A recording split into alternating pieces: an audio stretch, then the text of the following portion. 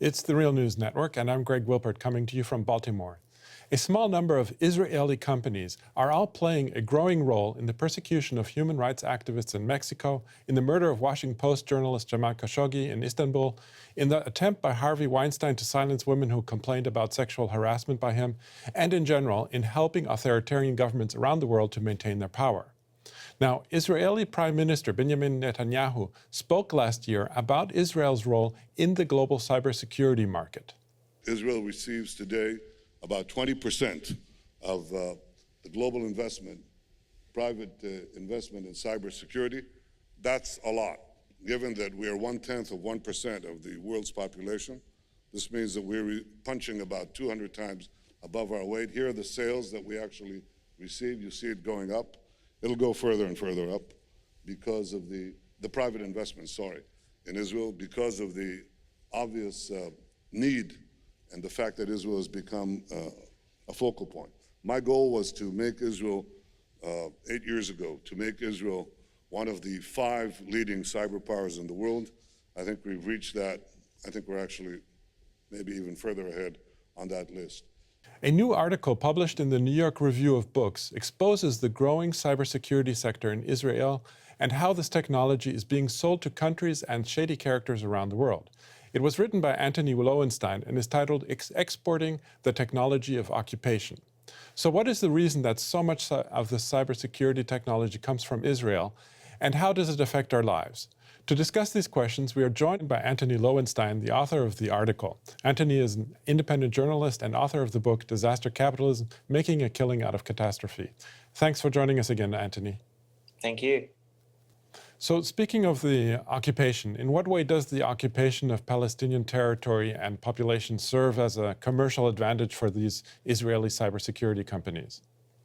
So in the last 50 years, since Israel started occupying the West Bank and Gaza, it's been since 1967, Israel has in some ways perfected, so it thinks, the idea of maintaining and controlling a population they don't want, which is the Palestinians. So particularly in the last 20 years, through various methods, sensors, drones, walls, barriers, various other methods, various Israeli companies and the Israeli government have found ways to manage a population they don't want. What they've done with that, particularly since Netanyahu became Prime Minister again 10 years ago, is essentially to sell that technology and those methods to the world. And the way they do that is they say something so-called battle-tested. So weapons, drones are tested in Gaza, for example. There's been 3 major wars in Gaza in the last 10 years. And literally the companies that are selling this equipment and technology say it's been battle-tested. In the cybersecurity area, that's an area that's particularly expanded in the last 5 or so years. We have many Israeli individuals, former generals, security analysts who used to work in some of the most secretive Israeli cybersecurity areas, taking that information and technology to the private sector with still very, very close ties to the Israeli state. So the idea, for example, of monitoring and surveillance, the ability, for example, to monitor someone's smartphone, whether it's an iPhone or an Android phone, without you even realizing. And there's been countless examples, and you mentioned some of those in the introduction. In Mexico, the death of Jamal Khashoggi, a colleague of his in Canada, a Saudi dissident. Supposedly his phone was hacked by the Saudis, technology that had been sold by the Israelis, and therefore the Saudis knew exactly where Khashoggi was going to be going and what he was going to be saying. So Israel in some ways has used its decades of experience of the occupation and selling that around the world to countries that find that a very appealing idea.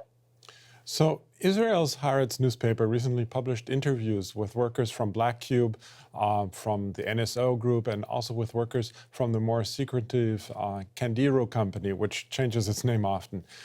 From these interviews, it emerges that Israeli companies are very willing to sign deals with repressive authoritarian governments to engage in industrial espionage and are fairly unconcerned about the damage that this could inflict on their reputation. Are Israeli companies showing less concern for ethical violations than non-Israeli companies? And if so, why is that?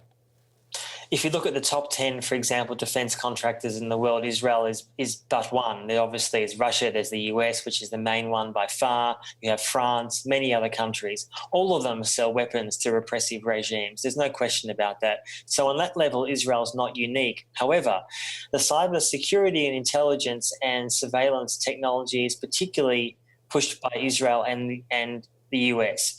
Israel's experience in this area, I think, is partly, as I said, from years of occupation and learning these technologies to monitor Palestinians in the West Bank and Gaza, but also in Israel itself. Israel has an incredibly sophisticated surveillance technology that they use to monitor Palestinians under occupation. And in fact, often that technology is used, particularly in the last few years, to monitor people on Facebook, and often people are arrested literally for just writing a post on Facebook. So is Israel unique in that way? Yes and no.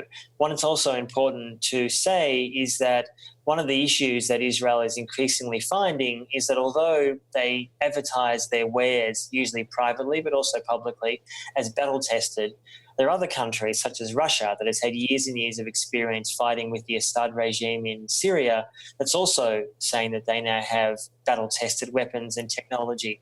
So Israel, I think, is worried that unless they continually push the envelope, so to speak, selling to more and more regimes, they're going to come and lose behind. And also, not unimportantly, Israel uses this also for diplomatic purposes.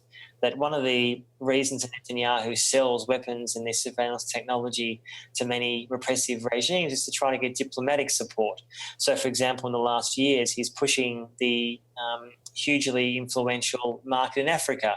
Repressive regimes that are killing and surveilling their own citizens. Israel wants to get more support within the UN for Israel, and therefore by supporting and backing and arming and giving these sort of weapons and surveillance equipment to repressive regimes in Africa and elsewhere, Israel hopes that the hugely, whenever there's a UN vote about Israel, it's usually the entire world's on one side, and the other side is the US, Israel, Micronesia, maybe Australia. They want to have more countries on that other side. And this sort of technology is also used for geopolitical reasons too. Now, the Canadian organization Citizen Lab has found evidence that NSO Group and other companies have hacked the phones of citizens of different countries. And the programs that were developed for such attacks, such as Pegasus, could be as deadly as any bomb or missile, as we've seen in the case of the murder of Jamal Khashoggi. What kind of protection is there to control and regulate this technology and protect the privacy and civil rights of private citizens of any country in the world? Well, there's a few answers to that. Journalists that I speak to often joke that, in fact, the safest way to communicate these days is by pen and paper. And, of course, that's not very practical for many, many people who want to communicate with individuals around the world.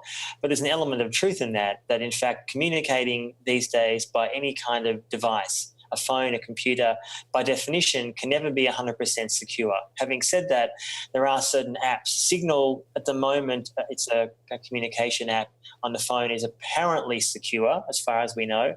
WhatsApp, though, is apparently not. And in fact, we know that because, for example, the Saudis, as I said, used Israeli technology to hack the phone of a colleague of Jamal Khashoggi.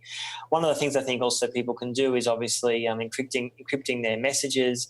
And I think also just being aware that communicating on certain platforms, including, for example, Facebook Messenger, is very unsafe. So if you're communicating in that way, if it's just kind of banter with family or friends, it doesn't particularly matter unless you have very private thoughts you want to keep to yourself. But be aware of the fact that there's very little that one can do. And in fact, Edward Snowden, the former NSA whistleblower, has been spending years trying to find ways to develop almost a hack-free phone.